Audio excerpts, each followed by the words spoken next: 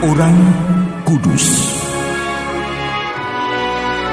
Sobat Katolikana, saatnya kita simak kisah orang kudus yang dipersembahkan oleh Radio Katolikana.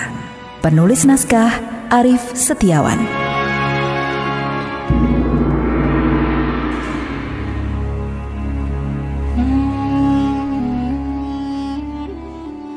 Saudara-saudari, hari ini kita akan mengikuti kisah Santo Yosef Cavasso.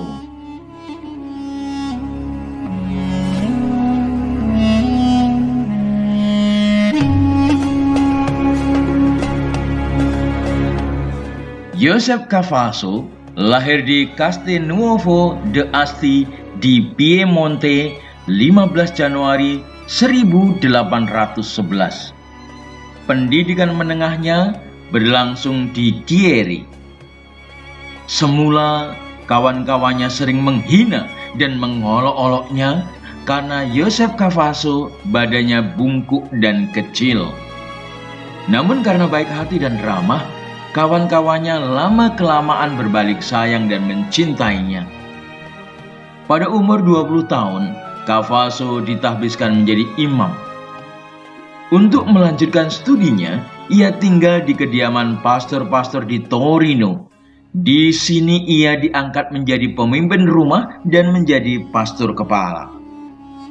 Semboyannya yang terkenal ialah membantu sebanyak mungkin orang untuk masuk ke surga. Salah satu muridnya yang terkenal ialah Santo Yohanes Don Bosco. Bersama Don Bosco, Yosef Cavasso mengunjungi rumah-rumah piatu dan merawat anak-anak dengan penuh cinta, serta menaruh perhatian besar terhadap pelayanan sakramen pengampunan bagi para tahanan, khususnya mereka yang dijatuhi hukuman mati.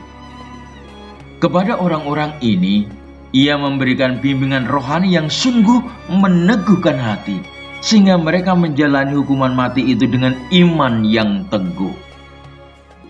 Mengenai sifat Cavasso, Don Bosco memberikan kesaksian bahwa sebagai pemimpin para imam dan penasehat, Cavasso memadukan dalam dirinya sifat-sifat unggul Santo Aloysius Gonzaga, Vincentius A. Paulo, Carolus Borromeus, dan Alphonsus Liguori. Setelah lama berkarya sebagai abdi Allah dan sesamanya, Yosef Cavasso meninggal dunia pada tanggal 23 Juni tahun 1860.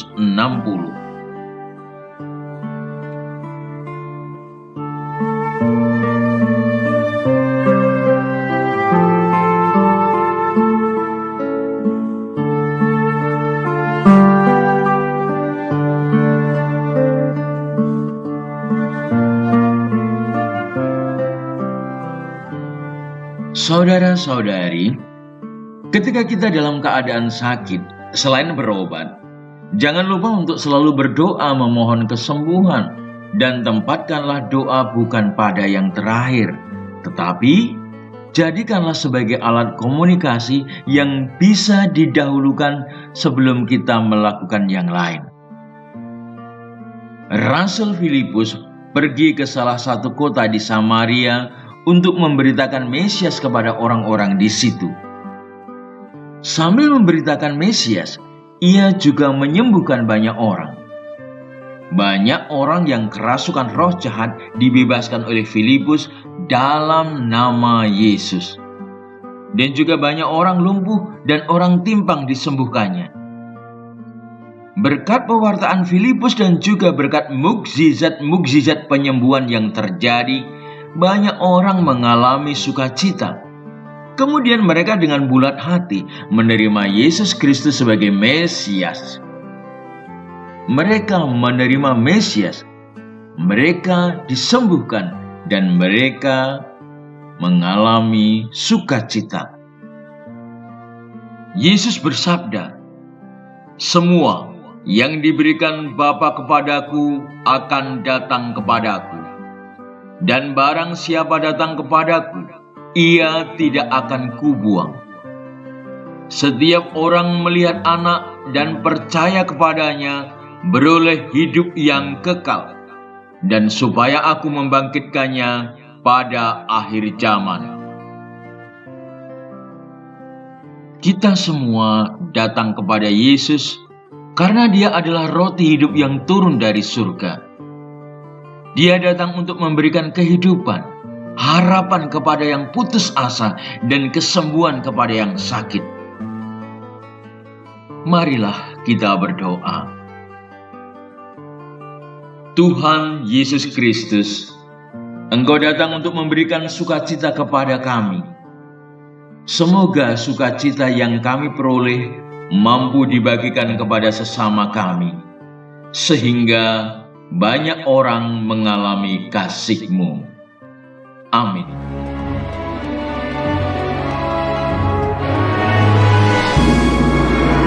Demikian kisah orang kudus hari ini.